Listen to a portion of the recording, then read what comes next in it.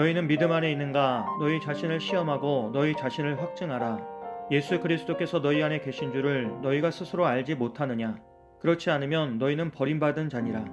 아민.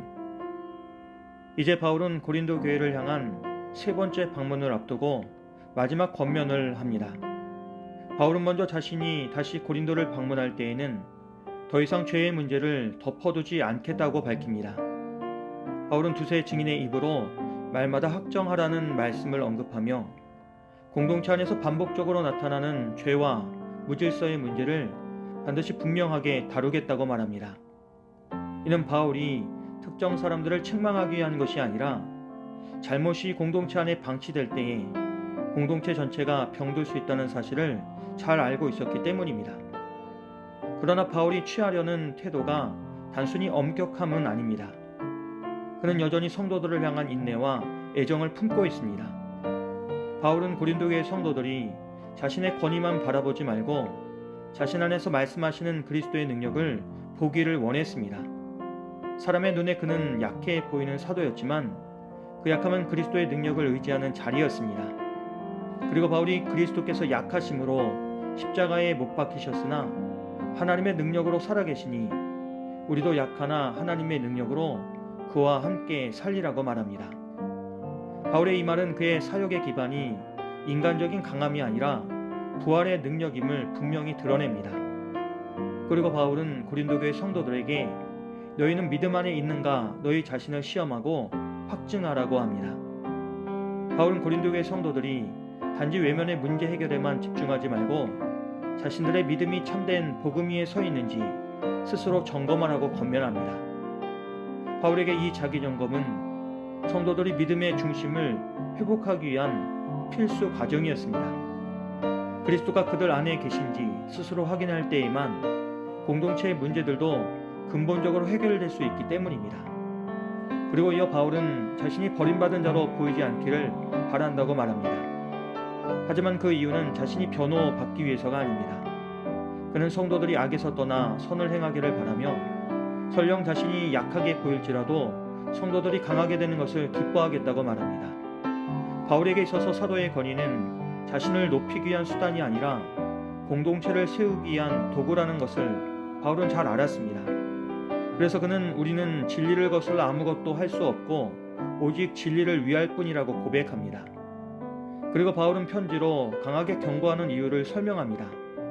그것은 실제 방문했을 때 불필요한 엄함이 보이지 않고 하나님께서 주신 권한을 따라 공동체를 돕고 세우는 일을 하기 원하기 때문입니다. 바울은 징계가 목적이 아니었습니다. 고린도 교회가 주님 앞에 온전히 바로 서기를 바라는 마음으로 미리 경고한 것입니다. 그리고 편지의 마지막에서 바울은 고린도 교회 성도들이 붙들어야 할 5가지 권면을 전합니다. 그것은 기뻐하라, 온전하게 되라, 위로를 받으라, 그리고 마음을 같이 하라, 평안할지어다 라는 것이었습니다. 이는 고린도 교회를 향한 바울의 축복이자 교회가 새롭게 걸어가야 할 영적 방향이었습니다. 그리고 이어 바울은 거룩하게 입맞춤으로 서로 무난하라는 말을 전하며 그리스도 안에서 서로를 형제 자매로 인정하는 깊은 화해와 사랑의 실천을 강조합니다. 그리고 마지막으로 바울은 삼위일체 하나님의 은혜를 담은 축복으로 자신의 편지를 마무리합니다. 고린도서 13장의 마지막 권면은 우리에게 많은 교훈을 주지만 그 중심에는 한 가지 중요한 초점이 있습니다. 바로 공동체의 건강은 각자가 스스로를 살피는 성찰에서 시작된다는 사실입니다. 바울은 고린도교의 성도들이 무엇보다 자신들이 믿음 안에 서 있는지 자신을 시험하고 확증하기를 바랬습니다. 이는 상대를 판단하거나 문제를 다른 사람에게 돌리는 것이 아니라 먼저 자신의 믿음을 비추어 보고 그리스도께서 내 안에 계신지 진지하게 돌아보라는 요청이었습니다. 신앙의 진정성은 스스로를 돌아보는 데서 드러나고 공동체의 회복도 각 사람이 진리 앞에서 자신을 정직하게 바라보는 데서 시작됩니다. 고린도 교회가 겪은 문제들이 해결되지 않은 이유는 결국 서로를 너무 많이 바라보고 자신을 충분히 돌아보지 않았기 때문이었습니다. 바울이 강하게 말했지만 그 목적은 하나였습니다. 성도들이 자기 성찰을 통해 온전함으로 나아가도록 돕는 것, 그리고 그 온전함이 곧 공동체 전체를 세우는 힘이 되도록 하기 위함이었습니다. 오늘 우리에게도 이 말씀은 중요합니다. 신앙생활은 남을 평가하거나 가르치는 데서 힘을 얻지 않습니다. 오히려 그리스도의 말씀 앞에서 자신을 살피고 다듬을 때에 교회는 더 성숙해지고 공동체는 더 평안해집니다. 그래서 우리가 서로를 세우는 가장 확실한 방법은 먼저 내가 믿음 안에 서 있는지 자신을 돌아보는 것입니다.